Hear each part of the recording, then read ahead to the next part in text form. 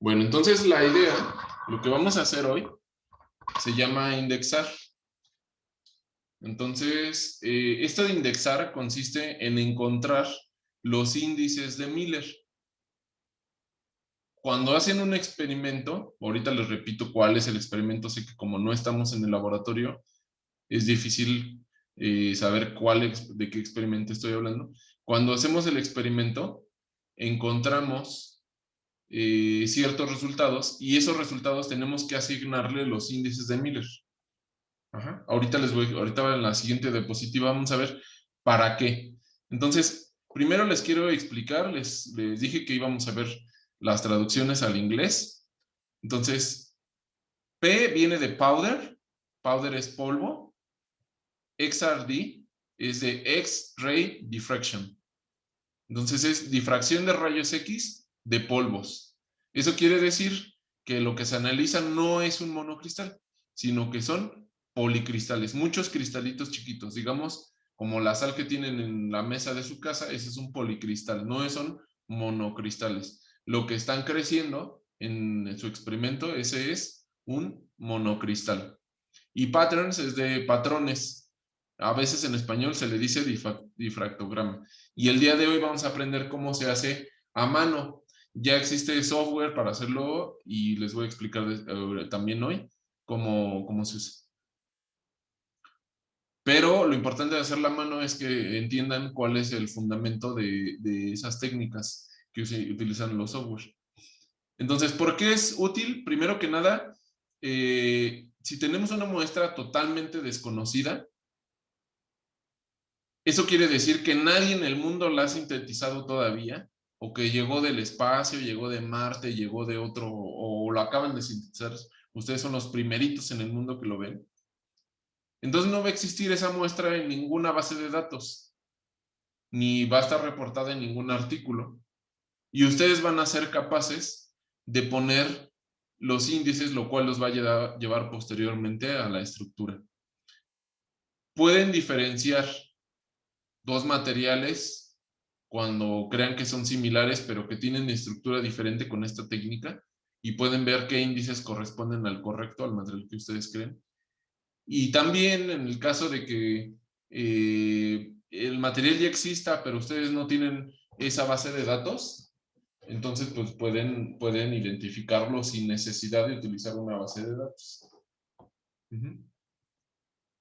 Entonces, les recuerdo, el experimento donde se hace es un difractómetro, que es de este estilo, es una caja de metal que tiene aquí un vidrio con plomo para que no se salgan los rayos X, o con algún metal, para que no se escapen por el vidrio, y obviamente los rayos X no atraviesen este metal. Los rayos X, les recuerdo, es radiación electromagnética, pero es fácil contenerla, entonces no hay gran problema.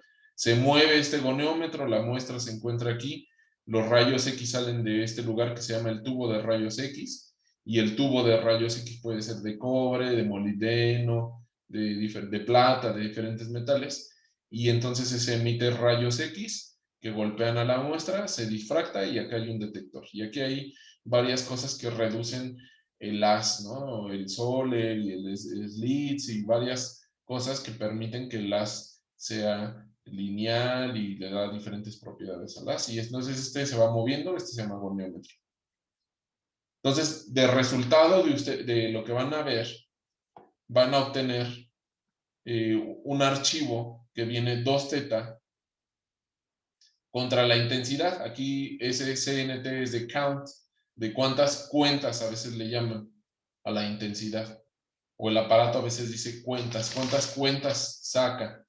Entonces aquí dice que en la columna 1 está 2θ, entonces cuando 2θ igual a 4, o sea, el ángulo multiplicado por 2 es igual a 4, la cuenta es 69 y así. Entonces estos valores en realidad corresponden, o estos valores de intensidad corresponden a lo que le llamamos el background, o sea, el fondo. Eso quiere decir que esos rayos X vienen simplemente de porque andan golpeando por todos lados, por eso no es exactamente cero. Eso es el fondo nada más. No representa ninguna señal. Más adelante, a lo mejor después de 4, se ve una señal intensa que es más de estos valores, a lo mejor 50,000, 80,000. Entonces eso representa un pico de la difracción. Cuando graficamos esos valores de dos columnas, lo que vamos a obtener es intensidad contra, los valores de los ángulos contra intensidad. Los ángulos generalmente se grafican en grados, no en radianes. Entonces aquí esto es lo que les decía, el fondo o el background queda aquí en 0 y de repente aquí ya en 27 o algo así, se observa un pico y luego otra vez no hay señal y luego nuevamente se obtiene un pico.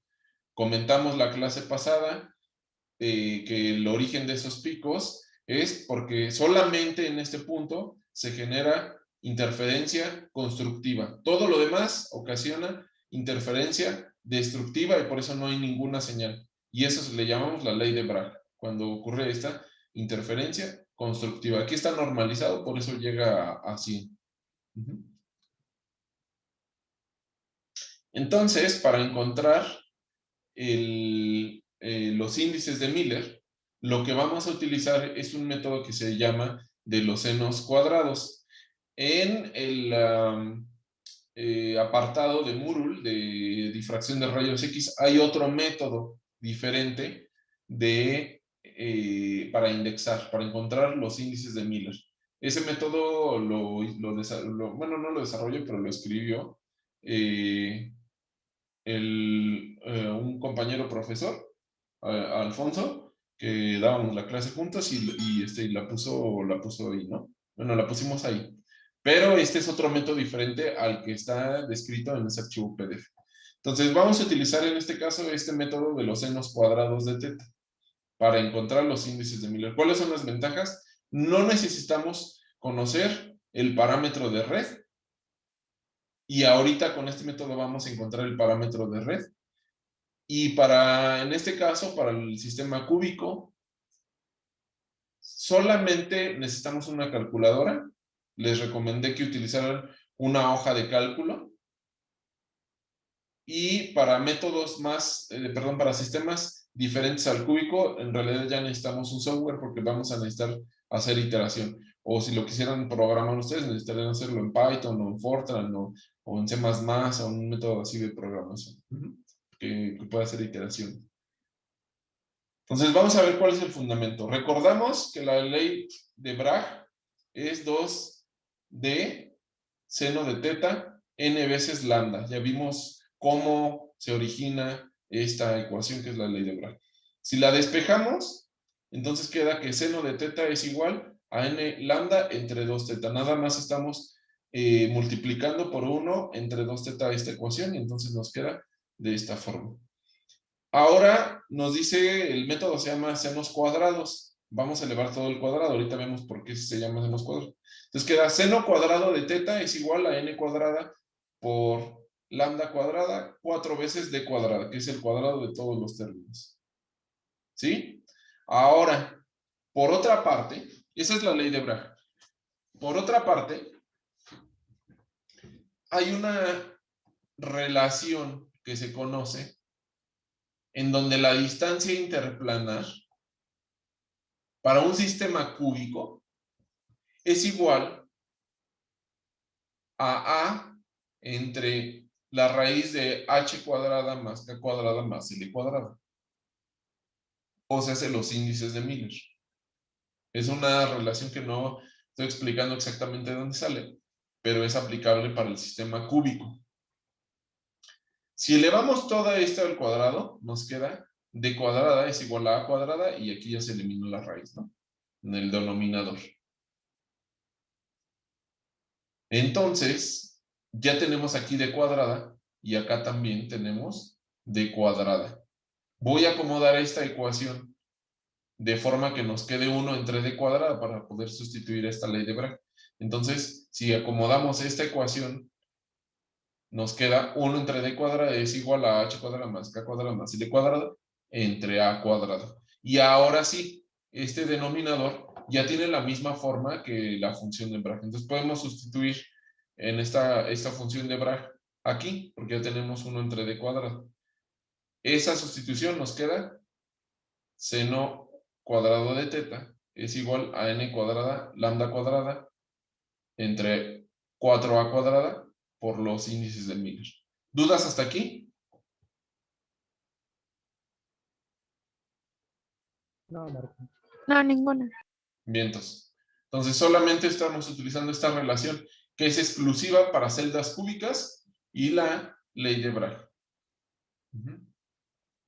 En otras palabras, si utilizamos esas ecuaciones de esa sustitución, lo que nos está diciendo que teta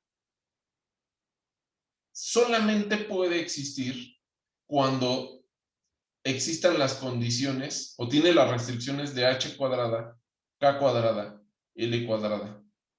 Solamente vamos a ver en ciertos, ¿se acuerdan que esta ley de Bragg, ya está aquí involucrada la ley de Bragg, nos va a decir que solamente hay interferencia constructiva en ciertas posiciones? Entonces esas posiciones son teta.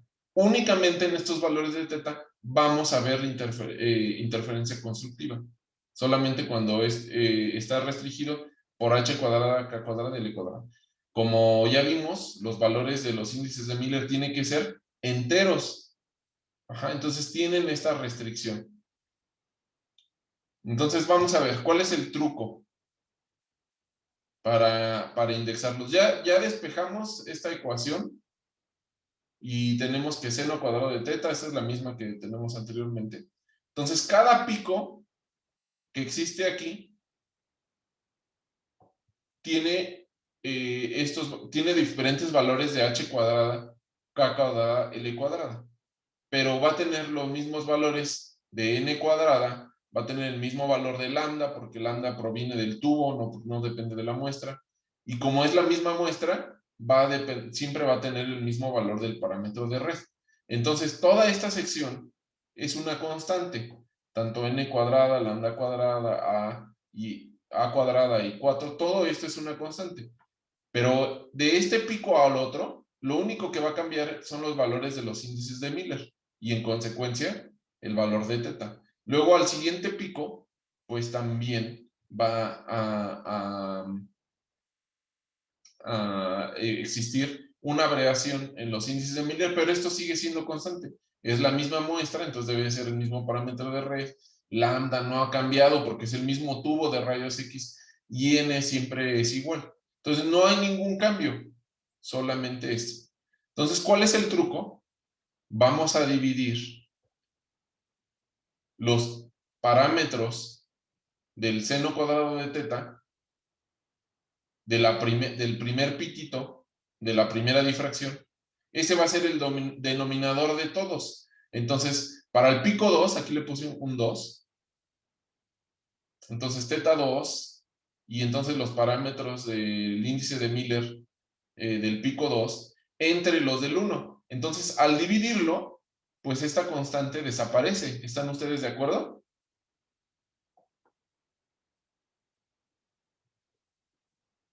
¿Hasta ahí están de acuerdo? Que al dividir entre el primer pico, pues entonces esta constante va a desaparecer, porque esa parte es constante para todos los picos. Para todos los picos vale lo mismo.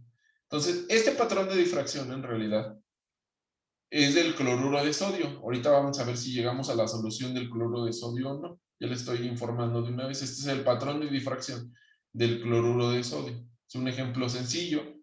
Ya muchos de ustedes ya saben qué estructura tiene. Entonces, ¿cómo le hacemos? Estas son las ecuaciones. Vamos a ver cómo le hacemos. Ahora, una vez que lo dividen, vamos a definir algo que le vamos a llamar m. Esta es la misma ecuación anterior. Le vamos a llamar m, donde m es igual a h cuadrada más k cuadrada más l cuadrada. ¿Para qué? Para simplificar toda esta parte. Esto le vamos a llamar m. Entonces, m va a ser la proporción. Vamos a definir el ratio, que sería la proporción. Ajá, y ese le vamos a llamar m.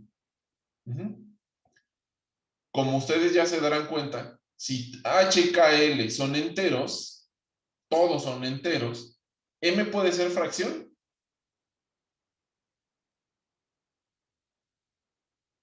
No. No hay forma, ¿verdad? No. M tiene que ser un entero. Ajá, porque H y KL son enteros. Muy bien. Ahora también M tiene unas restricciones. No hay forma de que M valga 7. ¿Me pueden decir, se les ocurre qué valores de HK le pueden dar M igual a 7? Vamos a ver cuáles son los que, los que están más cerca. Si HKL sería 1, 1, 1, entonces M valdría 3. Si fuera 2, 1, 1, sería 4 más 2, sería M igual a 6. Entonces ya está cerca del 7. Vamos a ver el siguiente número. Si le ponemos H igual a 2, K igual a 2 y L igual a 1, entonces sería 4 más 4, 8, más 1, 9. Ya se pasó, ¿verdad? Ya se pasó. Entonces, esto lo que nos quiere decir es que no existe forma de que M valga 7. Tampoco hay forma de que M valga 15, valga 23, valga 28. Hay valores que son imposibles para M, porque tienen esta restricción. M es igual a H cuadrada más K cuadrada más L cuadrada y tiene que ser entero. Entonces no hay ninguna forma de que M tome estos valores. Si ustedes experimentalmente de este radio o de esta proporción obtienen 7, lo que quiere decir es que tienen que multiplicar todo por 2 para que les dé 14. En vez de que M igual a 7, M igual a 14. ¿Hasta aquí van bien? Sí. Entonces vamos a ver cómo aplica esto. Van a utilizar su hoja de cálculo. En vez de usar una calculadora, yo les recomendé que tuvieran instalado en alguno en sus computadoras o tablet, tuvieran LibreOffice o utilizaran la suite de Google o tuvieran Excel o algún programa que tenga una hoja de cálculo. Entonces, ¿qué van a hacer? Primero van a graficar los datos que tienen, ¿no? Porque la máquina les va a dar intensidad contra 2θ. Así. Después van a ya que los grafican, van a seleccionar los valores de 2θ que equivalen a los picos. Ajá. O sea, aquí van a seleccionar 27, 31, 45, etc. Pero hay que hacerlos con cuidado para tener los valores más precisos posibles. Entonces aquí ya dice que es 27.14, 31.44, 45.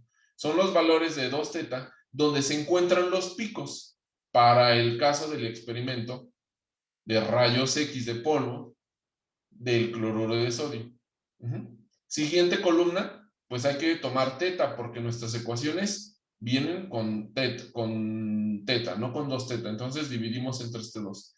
Ahora, como este programa que estoy utilizando trabaja en radianes, pues tengo que convertir todo a radianes. Ajá. El programa que ustedes utilicen es muy probable que también venga todo en radianes. Entonces hay que convertirlo a radianes. Siguiente columna, hay que sacar el seno de ese ángulo, porque el método que tenemos, dijimos que hay que llegar al seno cuadrado y luego dividirlo entre el seno cuadrado del siguiente pico. Entonces, seno cuadrado, primero sacamos el seno de θ, que es la columna C, es este. Después sacamos el cuadrado de este seno, ¿no? Entonces el cuadrado de 0.23 es 0.05. Y así sacamos todos esos valores. Ahora sí, vamos a sacar la proporción. Aquí la proporción del primero, pues sería de este donde está el mouse, que sería el seno cuadrado, entre el seno cuadrado del mismo, pues siempre va a ser 1, ¿verdad? Porque es el pico 1. Ahora vamos a la siguiente. 0.073 entre el pico 1, que es 0.5, es 1.3. Después, 0.14 entre el primer pico, que es 0.05, da 2.6. y luego 0.2 entre 0.05, que es el del primer pico, el seno cuadrado del primer pico, da 3.6. Bueno, así lo sacan todo, lo corren, para que no, les dije, utilicen una hoja de cálculo para no hacer en la calculadora uno por uno. Entonces ya sacamos las proporciones y da 1, 1.3, 2.6, 3 y así sucesivamente. ¿Se dan cuenta que estos valores no aproximan a un valor entero? ¿Están de acuerdo? Sí. Habría que multiplicarlo por un valor, todos por el mismo valor, para que nos dé un valor entero. ¿A alguien se le ocurre qué valor necesitamos para que nos dé entero?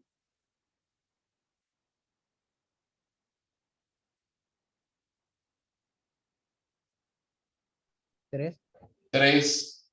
Si multiplicamos 1.3 por 3, da 4. 2.6 por 3 da 8. 3.666 por 3 da 11. Eso quiere decir que tenemos que multiplicar todo por 3.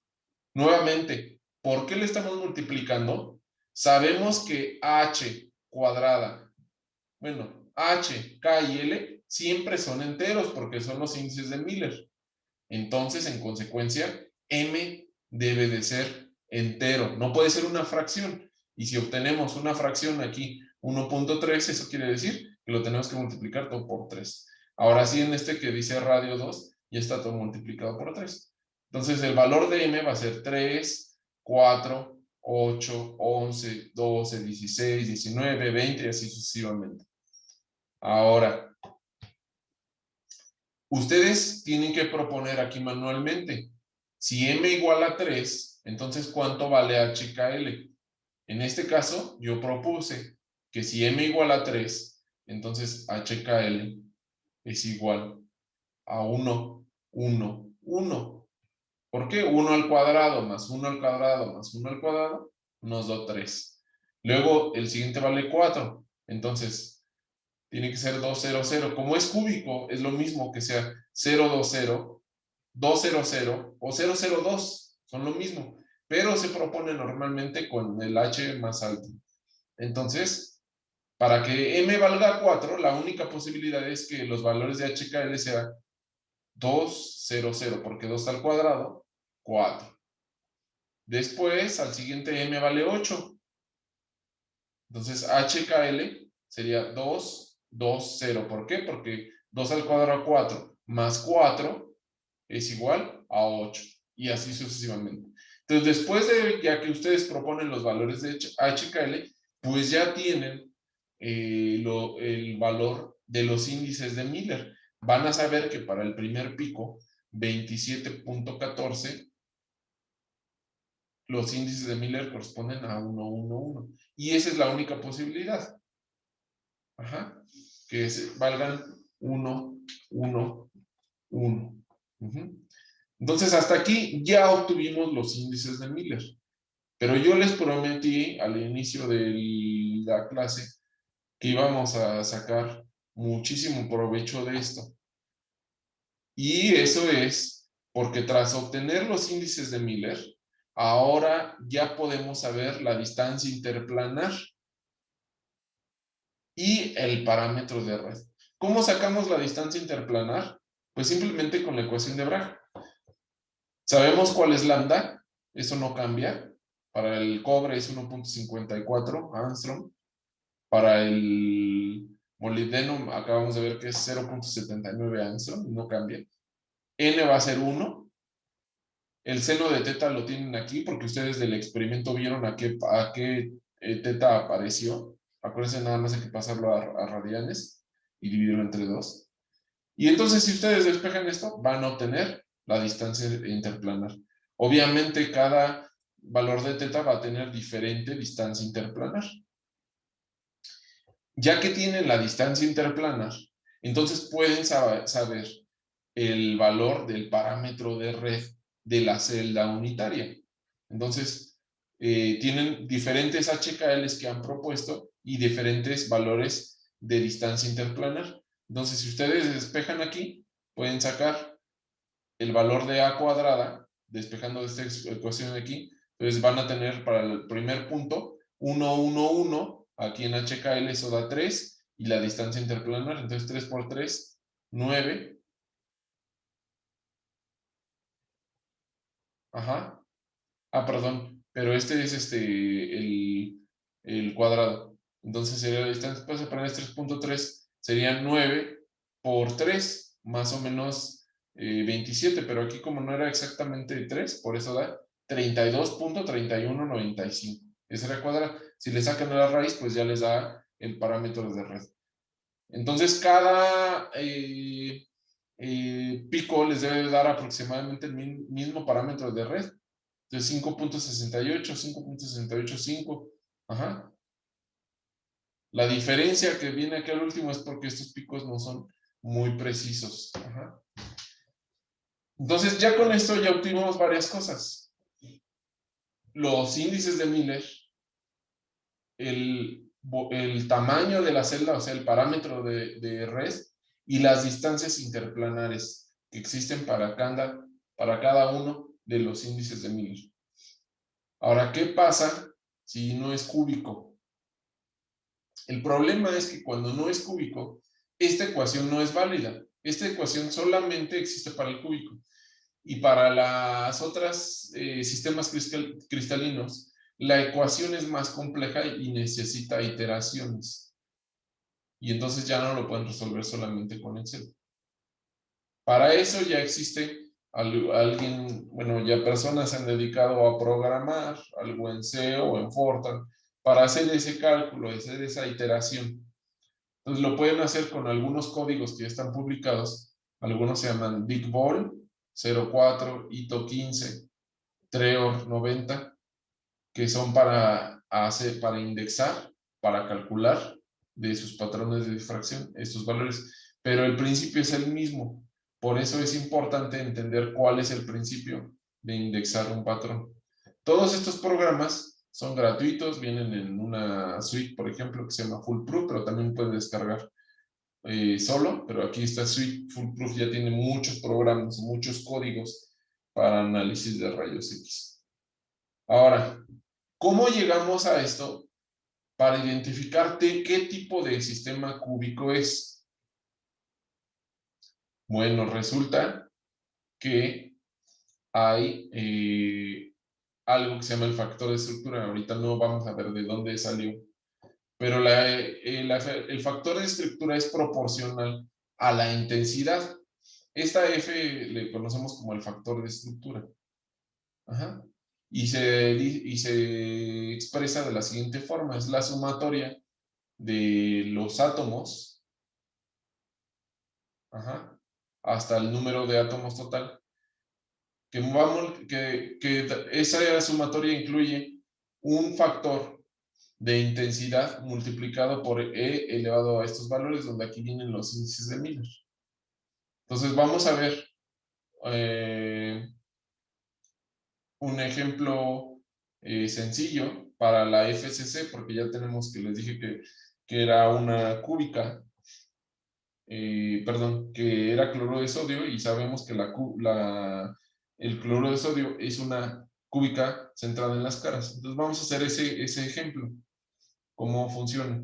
Entonces, para una cúbica centrada en las caras, las coordenadas base son 0, 0, 0, un medio, 0, o sea, esta es una de las caras, 0, un medio, y un medio, 0, un medio. Los otros átomos, o las otras posiciones, se pueden representar con operaciones de simetría. ¿Por qué? Porque el 0, 0, 0 es el que está en el origen, pero ese átomo es el mismo que está en el 1, 1, 1 y el 1, 0, 0. Ajá, el que está en el otro extremo, ese es exactamente el mismo átomo. Con una operación de simetría lo podemos reproducir. Entonces, esta es la base para la FCC. Ajá. Entonces, ahora lo que vamos a hacer es utilizar esta ecuación con esta base. Esta ecuación es la misma que había puesto. Entonces, ¿cuál es la base? Esta que tenemos acá. Entonces, vamos a colocar E a la 0, 0, 0. ¿Cuánto es E a la 0? 1. 1, muy bien. Ajá. Y luego E a la I, pi, sí, pi, te estaba confundiendo, en inglés es pi. E a la I, pi, H más K. ¿Por qué H más K? L vale 0 acá, ¿verdad? Y H dice que aquí que vale 1/2 y 1/2. Entonces, 1/2, si factorizamos el 1/2 por 2, ¿cuánto nos queda? 1. Entonces, E a la pi H más K. El siguiente término sería este. H vale 0, y entonces aquí sustituimos 1/2 por K y 1/2 por L multiplicado por 2. Ya nada más nos queda 1. Entonces, E a la I pi por K más L. Más el siguiente término. El siguiente término corresponde a este. E a la I pi, aquí vale K0, entonces sería H más L. La K desaparece porque aquí vale a 0. Ajá. Entonces vamos a recordar la identidad de Euler. Y la identidad de Euler nos dice que E a la I pi más 1 es igual a 0. O sea, que E a la I pi es igual a menos 1. ¿Sí? Entonces vamos a sustituir E a la I pi. Ajá. Eso es menos 1 elevado a la H más K. Y luego acá reemplazamos E a la I pi menos 1 y E a la I pi menos 1. Entonces ya llegamos a la conclusión. Aquí, o llegamos a la parte crucial. ¿Cuánto vale menos 1 al cuadrado? No. 1. Y menos 1 al cubo, ¿cuánto vale? Menos 1. Menos 1. Menos 1 a la cuarta, ¿cuánto vale? 1. 1, correcto. Entonces, menos 1 elevado a un número par nos va a dar 1. Y menos 1 elevado a un número impar o non nos va a dar menos 1. Entonces, aquí analizando esta, vamos a analizar qué pasa si H y K suman un número par. Para que sumen un número par, tienen que ser los dos pares o los dos impares. Si H y K, por ejemplo, le vamos a poner H vale 1 y K vale 1, o sea, los dos impares suman par. Entonces, esto va a ser 1. Entonces, vamos a ver. Si esta parte toda es par, todos los exponentes son pares, entonces va a quedar 1 más 1 más 1 más 1. Ajá. Entonces, esto nunca se indefine. Si todos son pares. Ahora vamos a ver si son impares. Si son impares todos, eso implica que el exponente es par, porque es h, es 1 más 1, que es impar, el exponente va a valer 2. Entonces, si todos los exponentes son, la suma de los exponentes es par, ¿qué sucede? Quedaría 1 más 1 más 1 más 1. Entonces, queda 4f. Pero vamos a ver ahora si hay paridad mixta. Paridad mixta quiere decir unos impares y algunos pares. Vamos a definirle. Le vamos a poner a H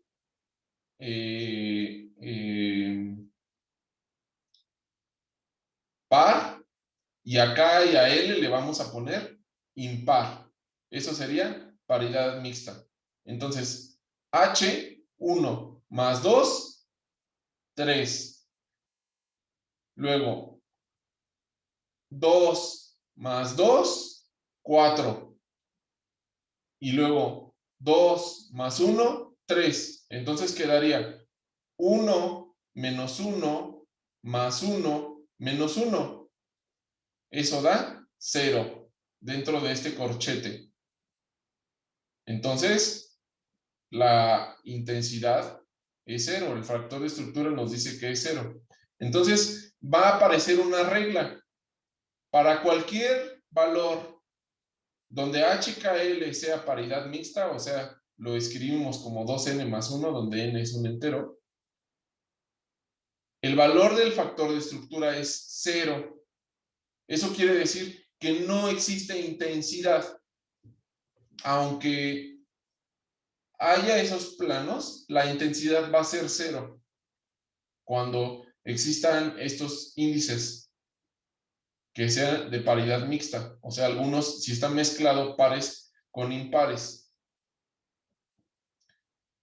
Y si la paridad es única, por ejemplo, todos son unos, todos son impares, todos son pares, o sea, todos unos, todos tres, todos dos, dos con dos, dos, cuatro, o 5, 5, 5, eso es todos pares o todos nones, sí va a haber intensidad.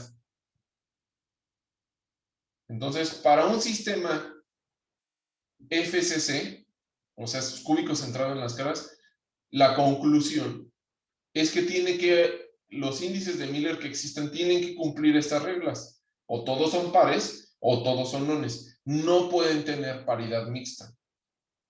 Vamos a ver, a comparar con lo que nos salió. Bueno, vamos a comparar con la que nos salió. Nosotros encontramos que aquí hay 1, 1, 1. Todos son de paridad non. Entonces, no hay paridad mixta, ¿verdad? En este caso. Luego, 2, 0, 0. ¿El 0 qué es, par o impar?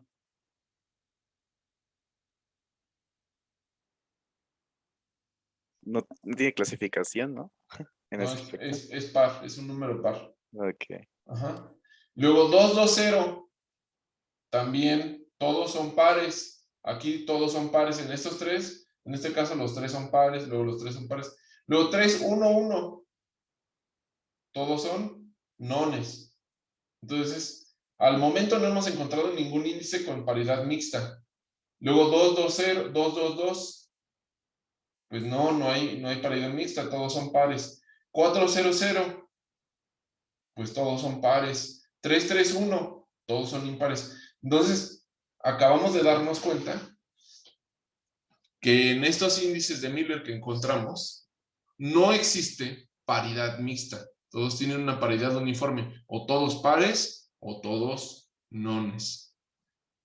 En consecuencia, de ver este patrón de difracción, cuando ustedes obtienen los índices de Miller, me podrían decir si es cúbica simple, cúbica centrada en las caras o cúbica centrada en el cuerpo. ¿Me pueden decir cuál de esas tres es?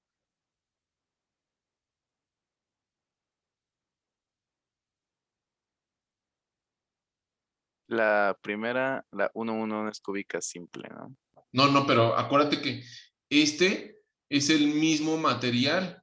Todos esos picos corresponden al mismo material. No cambiaste el material, lo único que cambiaste es el ángulo.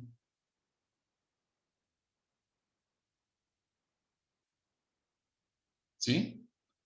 Entonces, este material, ¿cuál de las tres es? ¿Cúbica simple, cúbica centrada en las caras o cúbica centrada en el cuerpo?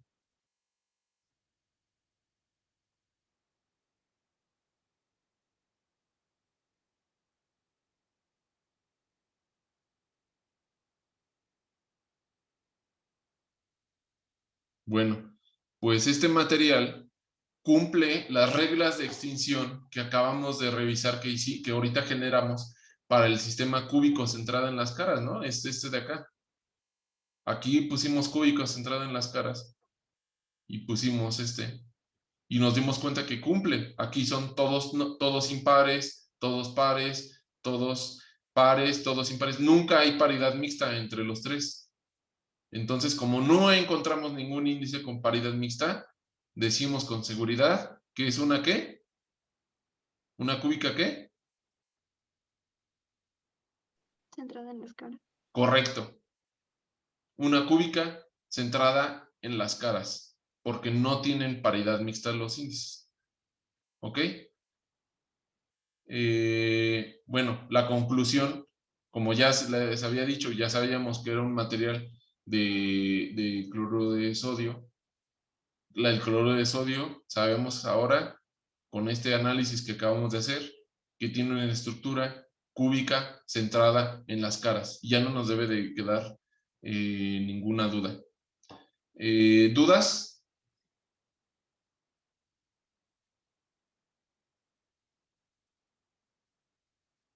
¿No? No, doctor.